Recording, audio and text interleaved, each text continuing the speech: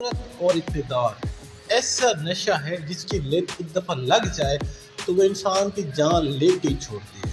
جنوبی ایشیا کے ورسٹائل اداکار جنہوں نے اپنی اداکاری اور اپنی اداؤں سے کروڑوں لوگوں کے دلوں میں گھر کیا، یعنی کہ وحید مراد اس کی ایک زندہ مثال ہے۔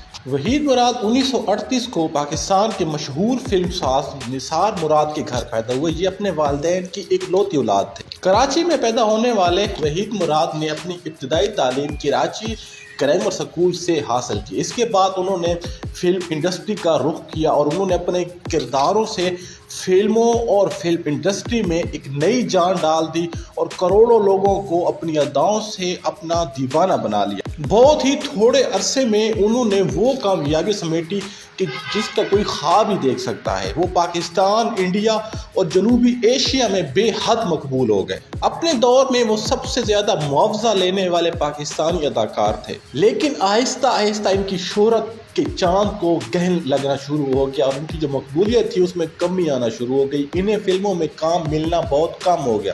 رہی صحیح کسر ان کے ایک ایکسیڈنٹ نے پوری کر دی، جس میں ان کے چہرے پر ایک گہرا زخم آیا تھا اور انہیں اپنے چہرے کی سرجری کروانی پڑ گئی تھی۔ حالت یہ ہو گئی تھی کہ یہ اپنے ہم اثر اداکاروں یعنی کہ ندیم اور محمد علی جیسے کے ساتھ سیکنڈ رول میں یا ان کے دوستوں کے کردار میں فلموں میں نظر آنے لگ گئے، کہ جو ایک اس عظیم اداکار کے لیے کوئی اچھی بات نہیں تھی۔ وہ ان تمام حالات سے بے حد دل برداشتہ تھے اور ایک روز 1983 میں اپنے کمرے میں مردہ پائے گئے۔